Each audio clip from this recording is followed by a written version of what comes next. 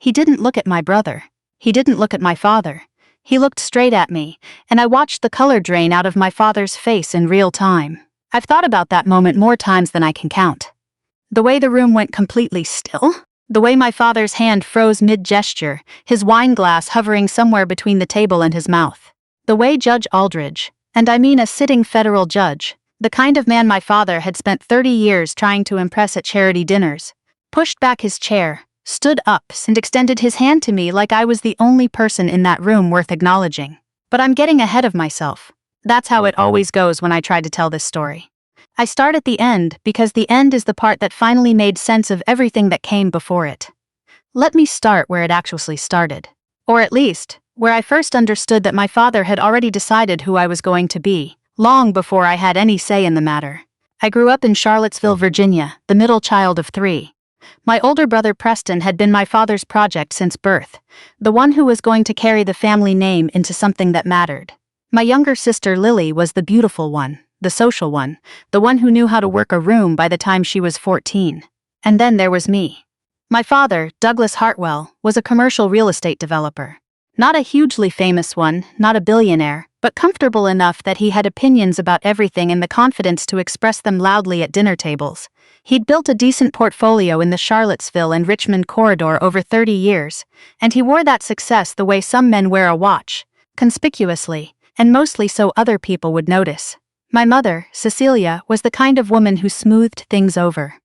She smoothed over my father's rough edges at parties. She smoothed over the tension at holiday dinners. She smoothed over the comments he made about my choices with a gentle, "Your father just worries about you," delivered in a tone that was supposed to feel like comfort but mostly felt like a door closing.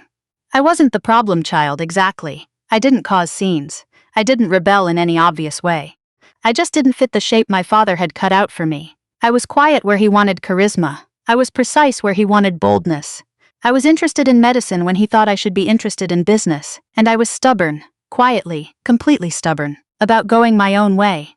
"You could work for me after college," he said once, my junior year at UVA. "Learn the business.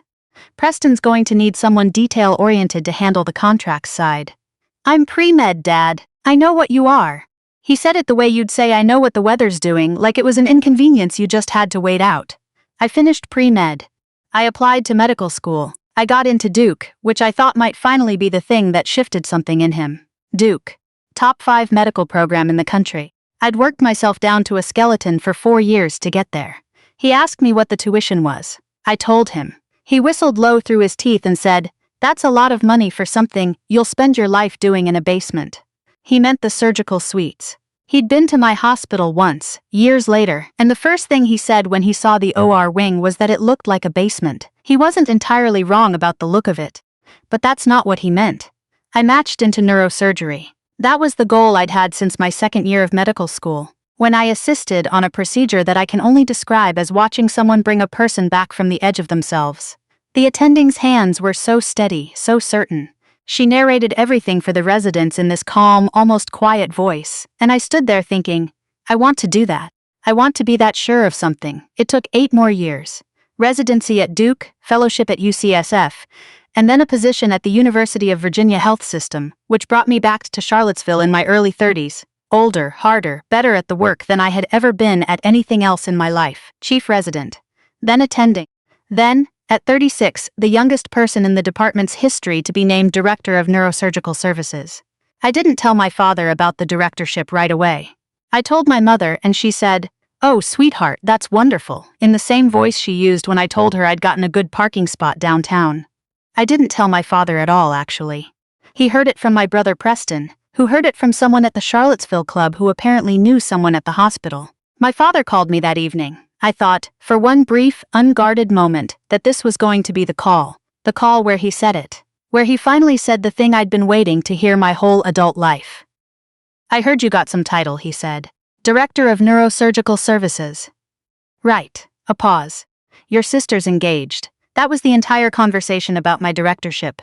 He moved on in 3 seconds flat to Lily's engagement, which was, I had to admit, genuinely exciting news. Lily was marrying a man named Colt Beaumont, whose family ran one of the oldest and most established law firms in Virginia. Old money, real old money. The kind that comes with oil portraits and endowed professorships and a family name on the side of a building somewhere. My father was thrilled. "The Beaumonts," he said, and I could hear him smile through the phone. "Your sister did well. She had. I liked Colt. He was decent and funny, and he looked at Lily like she'd hung the moon, which was what she deserved." None of that was the problem. The problem was what came next. The engagement party was held at the Beaumont family's home outside of Charlottesville. Not a house, an estate really, the kind of property that has a name. River Bend, they called it. Rolling hills, a restored barn they'd converted into an event space, and a main house that had been in the family for 4 generations. I drove out on a Saturday afternoon in October. The leaves were turning, and the property looked like something out of a magazine spread. I wore a navy dress that I'd bought specifically for the occasion, which tells you something about how much I wanted to get this right. My father was already there when I arrived. Standing near the entrance to the barn with my mother and Preston, talking to someone I didn't recognize, doing the thing he did at parties. Head slightly tilted, voice a notch louder than necessary, radiating a practiced warmth that was completely different from the man I grew up with at home. He saw me coming across the gravel. "Here she is," he said, not quite to me, not quite to the group. "My daughters. The overachiever and the one who actually knows how to have fun." The man he was talking to laughed politely. My mother looked at the middle distance. Preston gave me a look that I'd learned to read years ago. Just let it go. I let it go. The party was beautiful. The Beaumonts were gracious, warm, the kind of hosts who make you feel like you've been coming to their home for years. Colt's mother, Barbara Beaumont, hugged me at the door and said she'd heard so much about me and what a remarkable career I'd built, and I felt something loosen slightly in my chest. It was a sit-down dinner in the barn, long farmhouse tables set with candles and late-season flowers. About 60 people, I'd guess. Family and close friends on both sides. I was seated near the middle of the main table, between Preston's wife and a cousin of Colt's who worked in finance in D.C. My father was at the head of the table's end, seated near the Beaumont patriarch, Gordon Beaumont, Colt's father. Gordon was a quiet, deliberate man, silver-haired, with the kind of stillness that you notice in a room full of people talking too loudly. He was courteous without being effusive. He listened more than he spoke. I had spoken with him briefly at the drinks hour before dinner. He'd asked about my work at UVA, asked a few specific questions about the neurosurgical program. Not polite questions, real questions, the kind that meant he already knew something about the field. I mentioned a research partnership we'd recently established with NIH, and he'd nodded slowly and said, "That's important work. The gap in pediatric neuro outcomes is something people aren't talking about nearly enough." I remember thinking, he knows exactly what that means. But the drinks hour ended and dinner began, and I didn't think much more about it. What I didn't know, what nobody had mentioned to me, was that Gordon Beaumont was not simply a retired attorney. He was a former United States federal judge. Not just any federal judge. Gordon Beaumont had served on the Fourth Circuit Court of Appeals for 14 years before retiring 2 years prior. He was one of the most respected jurists in the state of Virginia. My father, who had spent the better part of the past 3 months telling anyone who would listen how remarkable the Beaumont family was, apparently knew this very well. I didn't know it, no one told me. Or maybe someone assumed I already knew.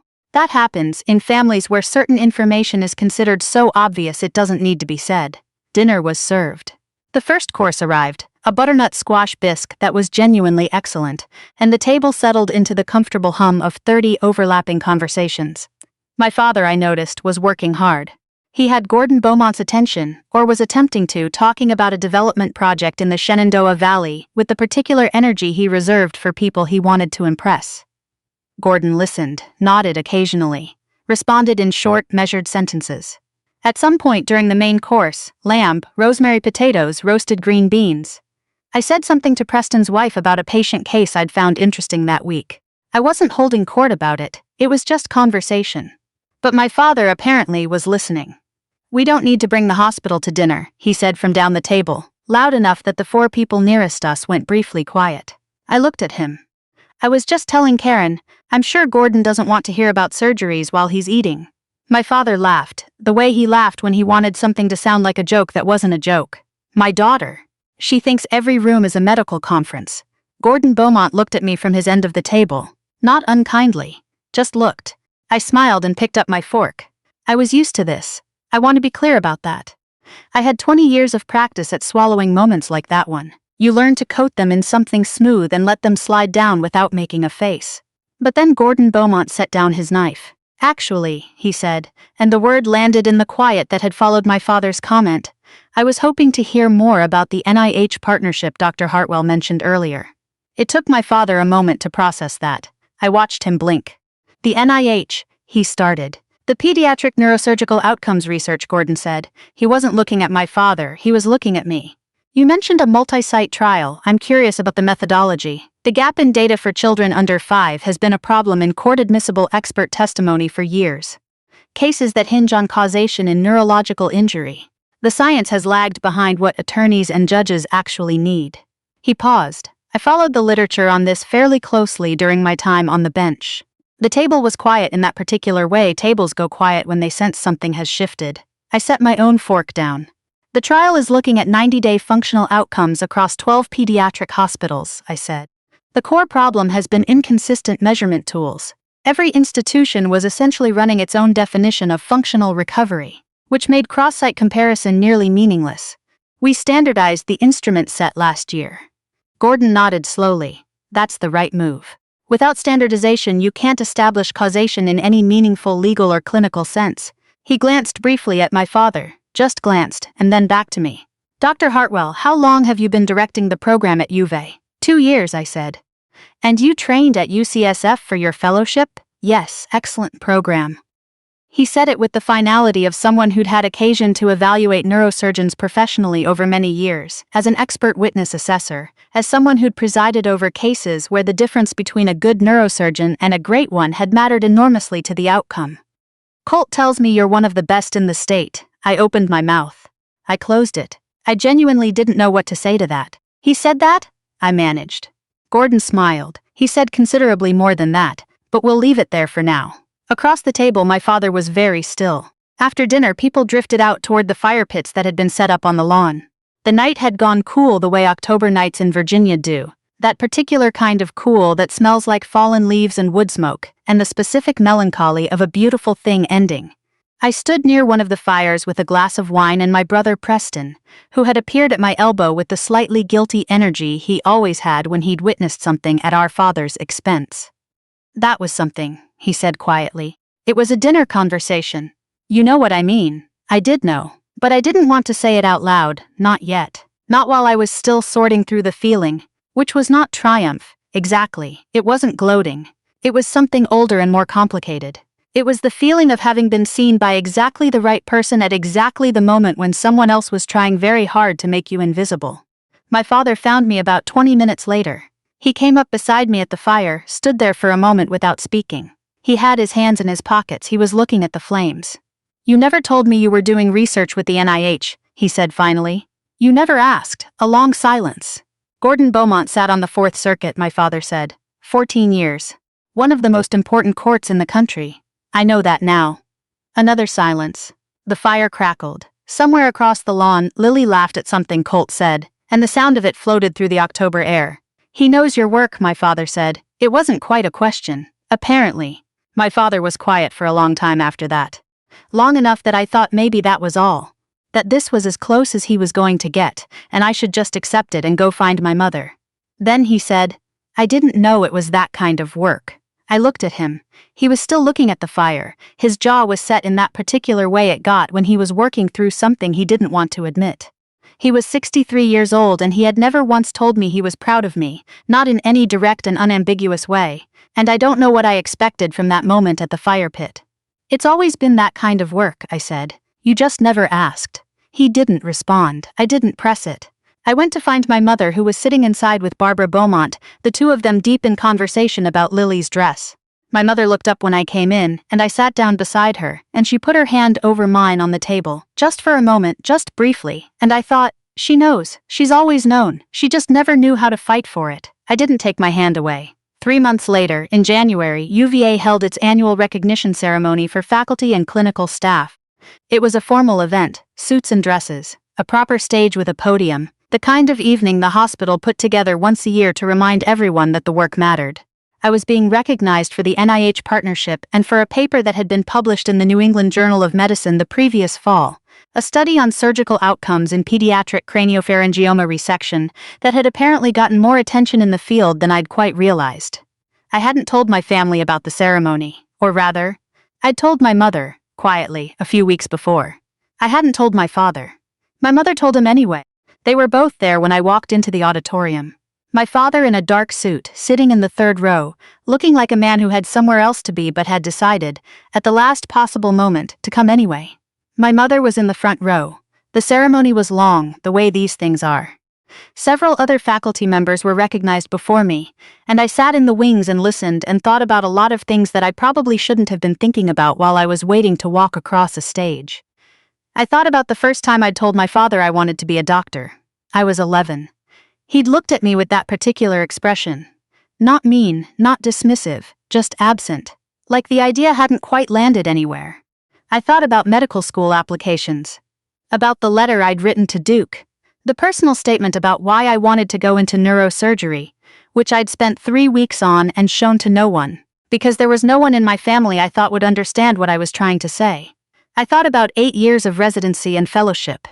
The nights that never seemed to end, the patients I couldn't save, the ones I did. The specific weight of a cranial drill in your hand at 2 in the morning when you've been awake for 31 hours and you have to be more careful in the next 45 minutes than you have ever been in your life. I thought about my father, at the engagement party, saying, "We don't need to bring the hospital to dinner." And then I thought about Gordon Beaumont setting down his knife. When they called my name, I walked out onto the stage. The audience applauded. From the front row, my mother stood up. She was the first person on her feet. She was clapping with that particular fierceness that small women sometimes have, like the applause was coming from somewhere deeper than just her hands, and she was looking at me with an expression that I recognized. Pride, yes, but also something that looked almost like relief. Like she had been waiting a very long time to be able to do this one specific thing. I stood at the podium and said thank you. I thanked my team, my residents, my co-investigators on the NIH project. I thanked the hospital leadership. I said the things you say. And then, because I had told myself I wouldn't, and because I did it anyway, I looked out at the third row, where my father was sitting. He was not on his feet. But his hands were together, he was clapping. And he was looking at me, not at the space to my left, not at something above my head, not through me the way he sometimes looked through people he'd already categorized. He was looking at me. It was not an apology. I want to be honest about that. One moment of eye contact at an awards ceremony is not 36 years of reckoning settled in a single evening. He did not come backstage afterward and take my hands and say the things I'd needed to hear when I was 11 or 22 or 29. But he stayed, he clapped, and when my mother grabbed my arm in the reception afterward, pulling me toward him, he shook my hand, formally, firmly, the way he would shake the hand of someone he respected, and he said, "That's a serious paper what they published in the New England Journal." "I know," I said. "I looked it up," he said, "after the party. I looked up your work. I didn't trust myself to say anything to that, so I just nodded." "I should have looked it up a long time ago," he said. My mother squeezed my arm. My father looked slightly to the left of my face, not quite meeting my eyes but almost.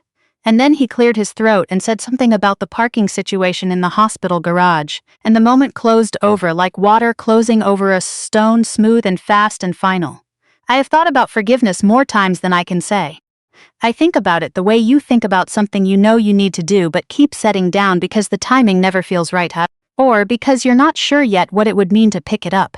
My father is not a villain. That's the thing that makes this hard to tell as a clean story. He's not a monster. He's a man who built a certain idea of what success looked like and then spent 60 years measuring everything against that idea, including his children. He never meant to make me feel like I was never enough. He just never thought to ask whether I might be more than he'd assumed. That's not nothing. But it's also not the same as cruelty. What I know is this: I became a neurosurgeon because I wanted to. Because I found something that demanded everything I had and gave me back something I can't quite name. Not pride, exactly, but a kind of certainty. The certainty of knowing what your hands can do in the hardest moments. Of knowing who you are when the margin for error disappears. No one gave me that. I built it, piece by piece, in operating rooms and research wards and lonely residency call rooms at 3 in the morning. My father didn't build it. But he also didn't stop me from building it, even when I think he wanted to. And I've decided, slowly and imperfectly, that there is room in one person to hold both of those things at once. The hurt of not being seen, and the grace of not being stopped. I'm still working on the forgiveness part. But I'm not waiting for his approval to do it.